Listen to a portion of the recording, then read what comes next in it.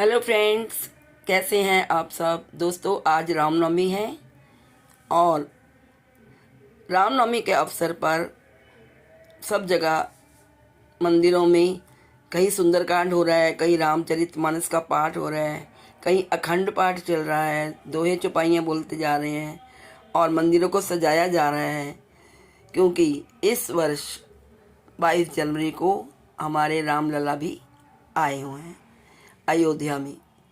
तो 22 जनवरी का दिन तो हम कभी भूल नहीं पाएंगे।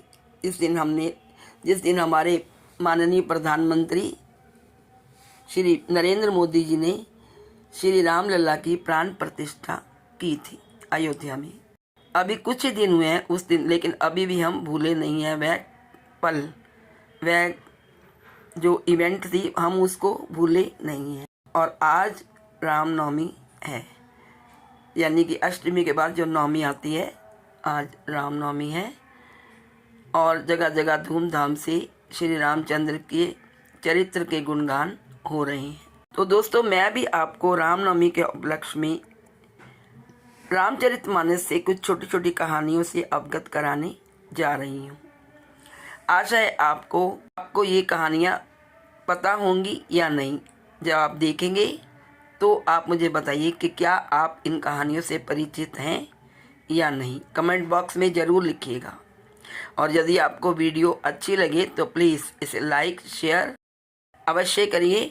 और यदि आप मेरे चैनल पर नए हैं तो चैनल को सब्सक्राइब करना ना भूलें। तो चलिए चलते हैं अपनी वीडियो की तरफ और बताते हैं आपको रामायण की छोटे छोटे प्रसंग। रामायण हिंदू धर्म के 2 सबसे महत्वपूर्ण ग्रंथों में से एक है। भगवान राम के जीवन पर आधारित इस ग्रंथ में लोगों की अपार श्रद्धा और आस्था है।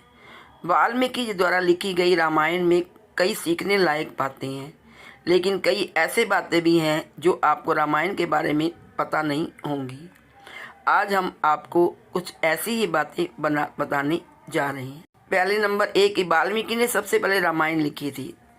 तुलसीदास जी ने बाद में रामचरितमानस नाम से इसी का रूपांतर लिखा था। दूसरी बात यह है कि सेकंड नंबर पे सीता राजा जनक की नहीं, भूदेवी की पुत्री थी।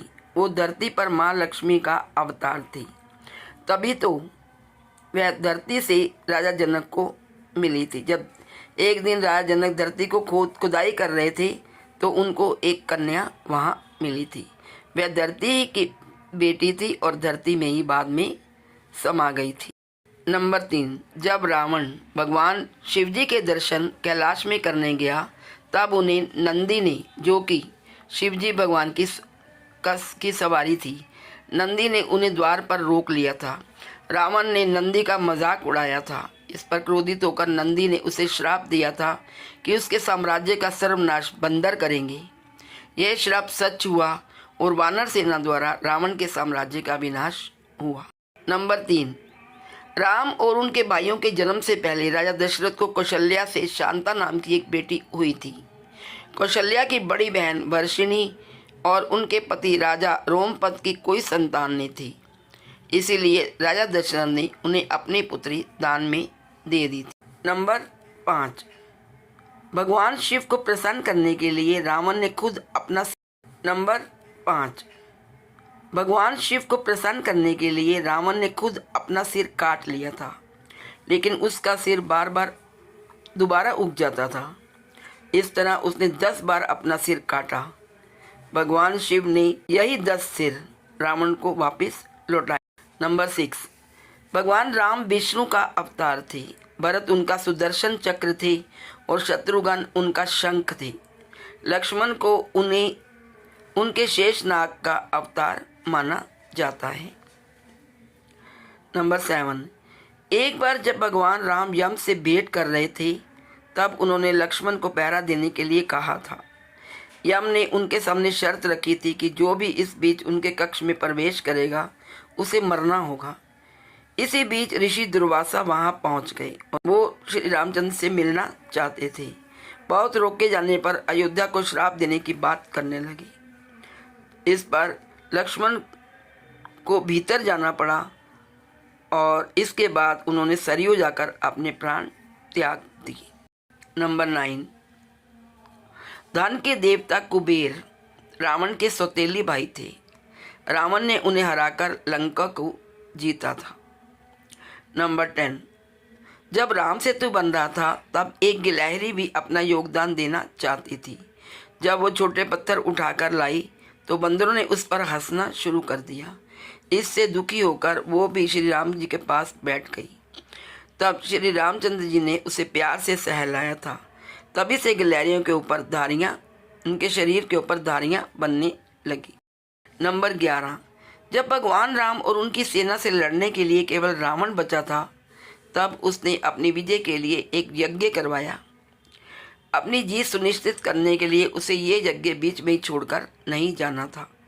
ये जानने पर भगवान राम ने बाली के बेटे अंगद को वानर सेना के साथ रावण के महल में भेजा। वानर वहाँ जाकर हुड़दंग मचाने लगी, लेकिन रावण पर कोई असर नहीं हुआ। अंगद ने मंदोदरी के बाल खींचना शुरू कर दिए। मंदोदरी ने इस पर रावण को ताना मारा कि राम अपनी पत्नी के लिए कितना कुछ कर रहे हैं और उसे भी मंदोदरी की रक्षा करनी चाहिए। इस पर रावण को यज्ञ छोड़ना पड़ा और उसकी हार हुई। नंबर 13, लक्ष्मण अपने भाई और भाभी की सुरक्षा के लिए इतने तत्पर थे कि वो 14 साल के वनवास के दौरान एक क्षण को भी नहीं सोए। नींद की देवी निद्रा ने कहा था कि उनकी जगह किसी और को सोना होगा, तो लक्ष्मण की पत्नी उर्मिला 14 साल तक सोती रही। मेघनाथ को वरदान मिला था कि उसे केवल वो ही हरा सकता है जो नींद को हरा चुका हो, इसलिए लक्ष्मण उसका वध कर पाए। गायत्री मंत्र में 24 अक्षर हैं और रामायण में 24,000 श्लोक हैं। हर 1000वें श्लोक का पहला अक्षर मिलाया जाए तो गायत्री मंत्र बनता है। शायद ये आप नहीं जानते होंगे। ब्रह्मा ने रावण, कुंभकर्ण और विभीषण को वरदान मांगने के लिए कहा था। इंद्र को डर था कि कुंभकर्ण इंद्रासन मांग सकता है, इसलिए उन्होंने सरस्वती जी से कहकर उसकी जीभ बंधवा दी और उसने इंद्रासन की जगह निद्रासन मांग लिया। रावण ने ब्रह्मा से श्राप बन चुका वरदान वापस लेने को कहा, तो उन्होंने कुंभकर्ण को आधे साल सोते रहने का और आधे साल जागते रहने का वरदान दिया। युद्ध के दौरान उसे जगाने के लिए उस पर से हजारों हाथी गुजारे गए थे। ये उसे उठाने का एकमात्र तरीका था। तो दोस्तों, ये थे कुछ छोटे छोटे प्रसंग जो कि रामायण से लिए गए हैं। यदि आप इनके बारे में जानते हैं तो भी कमेंट बॉक्स में लिख लीजिए, और यदि आप नहीं जानते तो भी आप कमेंट बॉक्स में ज़रूर लिखें कि ये नए प्रसंग थे या आप इन्हें जानते थे। Please like, share and subscribe. Thank you so much.